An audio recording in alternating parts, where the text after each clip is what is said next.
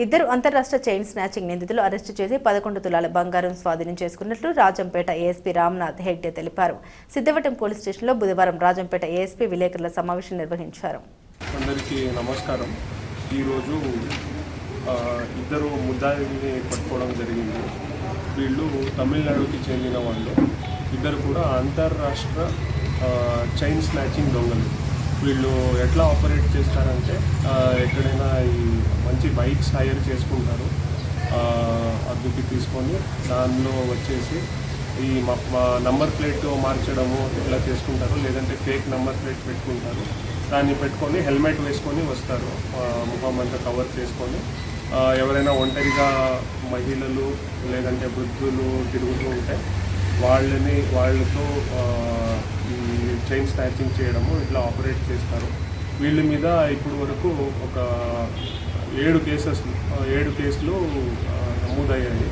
అది సిద్ధవటంలో ఒకటి, వంటిగుంటలో 2, అలాగే తిరుపతి జిల్లాలో, చిత్తూరు జిల్లాలో, అలాగే తమిళనాడు కరూరు మరియు కోయంబత్తూరు జిల్లాలో మొత్తం 7 కేసులు నమోదయ్యాయి. అలాగే మేము స్వాధీనపరుచుకున్న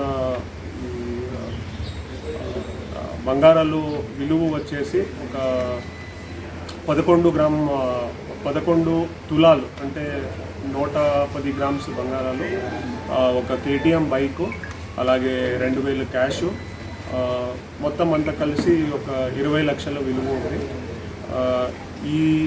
ఈ అంతా ఆపరేషన్లో మన ఒంటిమిట్ట సిఐ వెంకటేశ్వర్లు గారు, అలాగే సిద్ధవటం ఎస్ఐ హారిక, ఒంటిమిట్ట ఎస్ఐ శ్రీనివాసులు, అలాగే మన CCS టీము, అలాగే CCS ఎస్ఐ గారు కూడా ఉన్నారు ఇక్కడ. అలాగే మా సిబ్బంది ఎస్పెషల్లీ ఒంటిమిట్ట అలాగే సిద్ధవటంకి చెందిన మా కానిస్టేబుల్స్ కూడా చాలా సమయస్ఫూర్తితో, చాలా ప్రెజెన్స్ ఆఫ్ మైండ్తో పనిచేశారు. అట్లా పని చేసినందున వల్ల వీళ్ళని పట్టుకోవడానికి సాధ్యమైంది. సో వాళ్ళకి కూడా మా ఎస్పీ గారు కంగ్రాచ్యులేట్ చేశారు అండ్ మంచి పనిని అప్రిషియేట్ చేశారు.